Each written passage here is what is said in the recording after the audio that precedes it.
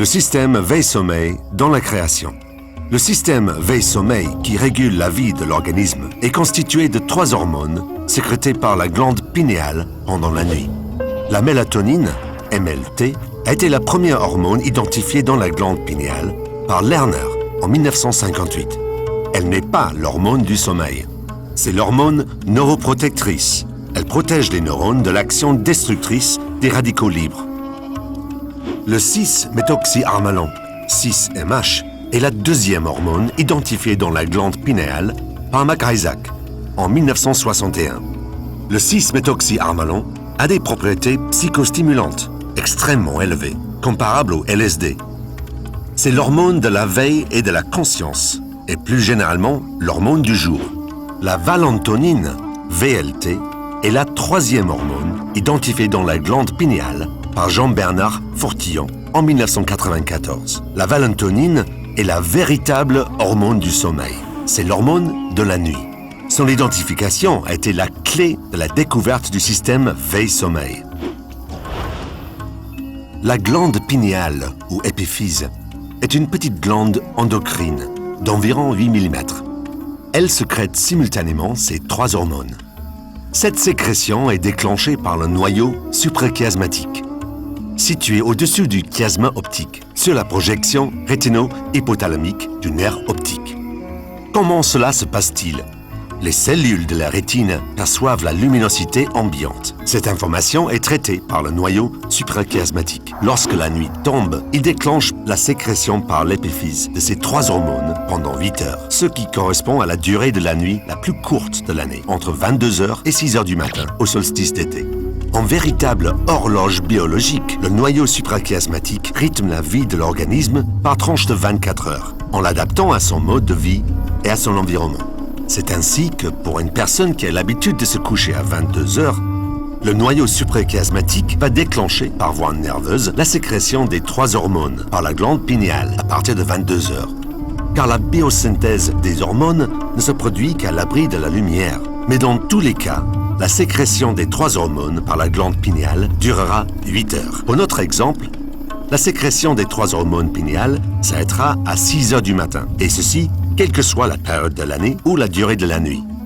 Dans la glande pinéale, les biosynthèses consécutives des 3 hormones s'effectuent à partir de la sérotonine, en 3 étapes d'acétylation successives, sous l'action d'une même enzyme, la N-acétyltransférase, NAT.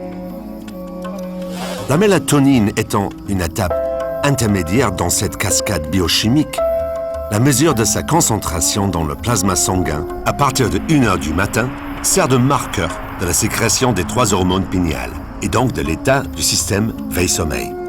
Au fur et à mesure de leur biosynthèse dans la glande pinéale, les 3 hormones sont libérées dans le sang.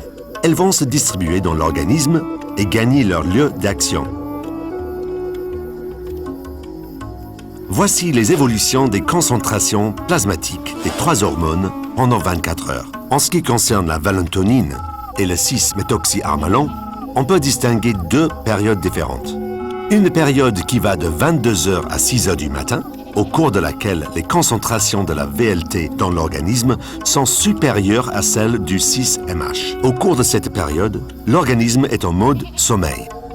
Une période d'activité qui va de 6 heures du matin à 22 heures, au cours de laquelle la prévalence de 6-MH fait passer l'organisme en mode éveil. Les cinétiques de distribution de l'élimination de ces 2 hormones dans l'organisme sont à la base de l'alternance des modes éveil et sommeil.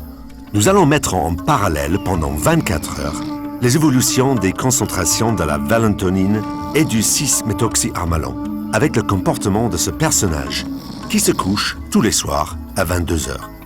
Pendant 8 heures, entre 22 heures et 6 heures du matin, durant la période de repos, le sommeil physiologique répare et restaure son organisme. À partir de 6 heures, régénéré par une nuit de sommeil, notre personnage entre dans une phase d'activité, travail et loisirs. Puis, fatigué par une journée d'activité, notre personnage gagne son lit en quête d'un repos bien mérité. On remarquera qu'à 22 heures, le tonus de notre personnage n'est plus soutenu par l'hormone du jour. Le 6-MH a complètement disparu de l'organisme. Le comportement de notre personnage résulte des actions opposées de la valentonine et du 6-méthoxyharmalon sur des récepteurs spécifiques. Les récepteurs 5-HT2C de la sérotonine, les récepteurs alpha-2 de la noradrénaline, les récepteurs D1 et D2 de la dopamine. Ainsi, entre 22h et 6h du matin, pendant cette période de prévalence dans l'organisme, la valentonine diminue la vigilance par activation des récepteurs 5-HT2C, sérotoninergie, ce qui a pour effet de maintenir l'état de sommeil chez notre personnage. La valentonine diminue la pression artérielle et la fréquence cardiaque par activation des récepteurs alpha-2 noradrénergiques. La valentonine provoque un relâchement musculaire par activation des récepteurs D1 et D2 dopaminergiques. À l'inverse, entre 6h du matin et 22h, pendant cette période de prévalence dans l'organisme, le 6-méthoxyharmalon augmente la vigilance par antagonisme des récepteurs 5-HT2C, sérotoninergie, ce qui a pour effet de maintenir l'état d'éveil chez notre personnage. Le 6-méthoxyharmalon augmente la pression artérielle et la fréquence cardiaque par antagonisme des récepteurs alpha-2 noradrénergiques. Le 6-méthoxyharmalon provoque une contraction musculaire par antagonisme des récepteurs D1 et D2 dopaminergiques. En fait, ces deux hormones, du jour et de la nuit, assurent la régulation de tous les organes, des vies psychiques et végétatives, en modulant les réponses des récepteurs spécifiques aux 7 principaux neurotransmetteurs.